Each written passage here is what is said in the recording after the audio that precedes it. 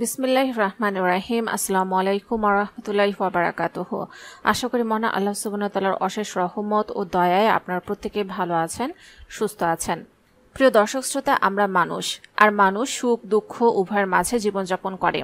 তা অনেক সময় যখন আমরা দুঃখের মধ্যে কষ্টের মধ্যে পড়ে যাই তখন নিজেকে সামলে রাখতে পারি না, ধৈর্য হারিয়ে ফেলি, কষ্টে যেন বুক ফেটে যায়। এ সময় শুধু চিন্তা করি কিভাবে কষ্ট দূর হবে। তাই আজকের ভিডিওটিতে মনের কষ্ট দূর করার সহজ উপায় নিয়ে আলোচনা করব ইনশাল্লাহ। যখন কষ্ট হবে, মন ভেঙে যাবে, তখন আল্লাহর দেওয়া এই 3টি বাক্য একবার ভাববেন, তখন দেখবেন মুহূর্তের মধ্যে মনের কষ্ট দূর হয়ে গেছে। চলুন জেনে নেই সেই 3টি বাক্য কি। নাম্বার 1, সাধ্যের বাইরে কিছু নেই। আল্লাহ কোনো মানুষকে এত বড় বোঝা দেন না যা সে বহন করতে পারে না। আল্লাহ সুবহানাহু ওয়া তাআলা সূরা বাকারার 286 নম্বর আয়াতে বলেছেন, আল্লাহ কোনো ব্যক্তির ওপর তার সাধ্যের বাইরে কোনো কিছু আরোপ করেন না বা চাপিয়ে দেন না। কিছু কিছু সময় মনে হয় হয়তো আর পারবো না, এত কষ্ট আর সহ্য করতে পারছি না। অনেকে তো কষ্ট সহ্য করতে না পেরে জীবনটাই দিয়ে বসেন। যাই হোক, পবিত্র কোরআনের এই আয়াতটির কথা যদি আপনার মাথায় থাকে তাহলে বুঝবেন যত কষ্ট হোক না কেন ওই কষ্ট সহ্য করার ক্ষমতা আপনার অবশ্যই আছে। আপনি যদি মনটাকে এভাবে ঠিক করে নেন যে আল্লাহ যা করেন ভালোর জন্যই করেন এবং আল্লাহ কারো সাধ্যের বাহিরে বা সহ্য সীমার বাহিরে কোনো কষ্ট দেন না, তখন দেখবেন মুহূর্তের মধ্যে কষ্ট কমে যেতে শুরু করেছে। দ্বিতীয় নম্বর কথাটি হলো, কষ্টের পর সুখ আসে। সুখ দুঃখ জীবনের অংশ, এ জগতের এর কোনোটি স্থায়ী নয়। পবিত্র কোরআনে মহান আল্লাহ তাআলা বলেন, নিশ্চয়ই কষ্টের সাথে স্বস্তি আছে, অবশ্যই কষ্টের সাথে স্বস্তি আছে। সূত্র সূরা ইনশিরাহ আয়াত নম্বর 5 এবং 6। আল্লাহ এই কথাটি 2বার বলেছেন, তার কারণ হলো এটা আমাদের জন্য অত্যন্ত গুরুত্বপূর্ণ যে মুমিনকে বিশ্বাস করতে হবে কষ্টের পর সুখ রয়েছে। তাই যে কোনো কষ্ট হলে কিংবা মন খারাপ হলে বা আপনার কষ্ট চূড়ান্ত পর্যায়ে পৌঁছলে এই আয়াতের কথা অবশ্যই স্মরণ করবেন। এই পৃথিবীতে সুখী চিরস্থায়ী নয়, তেমনি দুঃখ চিরস্থায়ী নয়। সুখের পর দুঃখ, দুঃখের পর সুখ, এটা পৃথিবীর নিয়ম। সুখ যেমন বেশিক্ষণ থাকে না, তেমনি দুঃখ থাকে না। দুঃখ কষ্টের সময় এই কথাটি যদি মনকে বোঝান যে কষ্টের পর সুখ আসবেই, তাহলে দেখবেন আপনার মনের কষ্ট দুঃখ মুহূর্তেই প্রশমিত হয়ে গেছে।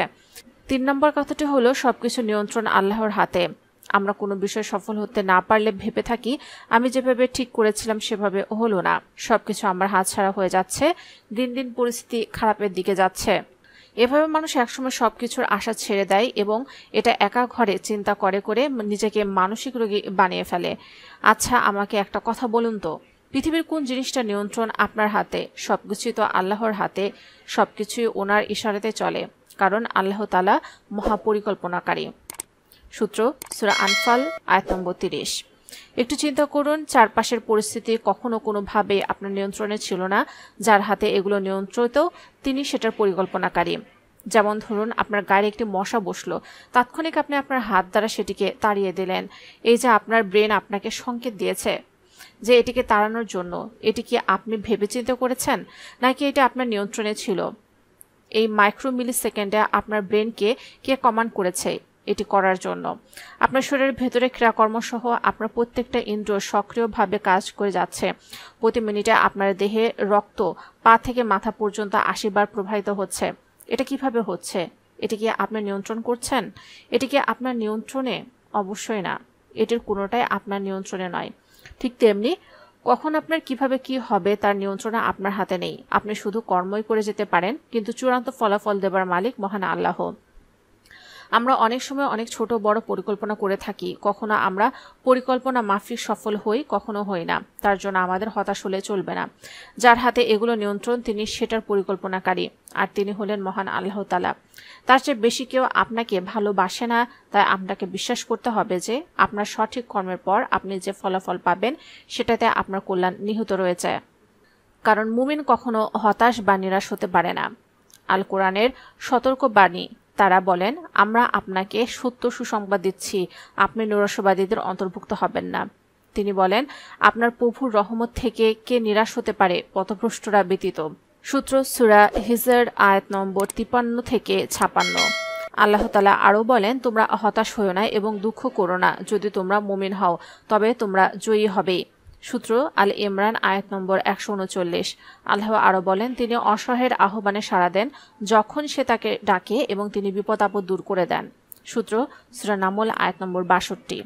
আল্লাহ আমাদেরকে পৃথিবীতে পাঠিয়েছেন আমরা যেন আল্লাহর ইবাদত করি এবং আমরা যেন দুনিয়াবী জীবনে সৎভাবে জীবনযাপন করি, আমরা যেন সৎ পথে অবিচল থাকি। দেখুন, আপনার অতীতে কোনো ভুল হয়ে গিয়েছে বা অতীতে কোনো খারাপ কিছু হয়েছে, সেটা নিয়ে যদি এখন আপনি ভেবে সময় নষ্ট করেন, তাহলে এই যে আপনি ভাবছেন এটাও কিন্তু একটু পর অতীত হয়ে যাবে। আর তখন আপনার আবার নিকট অতীত নিয়ে ভাবতে থাকবেন যে এটা হলো না, ওটা হলো না, কিভাবে কি করব। এই সমস্ত জিনিসগুলো ভাবতে ভাবতে আপনি অযথাই আপনার সময় নষ্ট করছেন। আপনার হাতে অতীতকে পাল্টে দেবার কোনো সুযোগ নেই, কিন্তু আপনি আপনার বর্তমানকে কাজে লাগিয়ে আপনার পরবর্তী অতীতকে সুন্দর সুখস্মৃতিময় করতে পারেন। তাই আপনি বর্তমান সময়টাকে আল্লাহর উপর ভরসায় রেখে আপনার জায়গা থেকে সঠিক কাজটি করে যান, তাহলে দেখবেন আপনি যে কোনো কাজে সফলতা অর্জন করতে পারবেন। আপনার কোনো কষ্ট দুঃখ থাকবে না, আপনার মনে যত অশান্তি, যত হতাশা আর যত গ্লানি আছে সব দূর হয়ে যাবে ইনশাল্লাহ। প্রিয় দর্শক শ্রোতা, যারা ভিডিওটি শেষ পর্যন্ত দেখেছেন তারা অবশ্যই কমেন্টসে আমিন লিখে যাবেন। তো প্রিয় দর্শক শ্রোতা, জানার স্বার্থে, দাওয়াতি কাজের স্বার্থে ভিডিওটি অবশ্যই শেয়ার করে ছড়িয়ে দিন। হতে পারে আপনার একটা শেয়ারে বহু মানুষ উপকৃত হবে ইনশাল্লাহ। যারা এই প্রথম আমাদের ভিডিও দেখছেন, অনুগ্রহ করে আমাদের চ্যানেলটি সাবস্ক্রাইব করে রাখবেন এবং পাশে থাকা নোটিফিকেশন বেলটা অন করে দিন, যাতে করে এরকম ভিডিও দেওয়ার সাথে সাথে আপনার নিকট সহজে পৌঁছে যায়। আল্লাহ আমাদের সবাইকে যেন ভালো রাখেন, সুস্থ রাখেন, এই কামনায় আজকের ভিডিও এখানেই সমাপ্ত।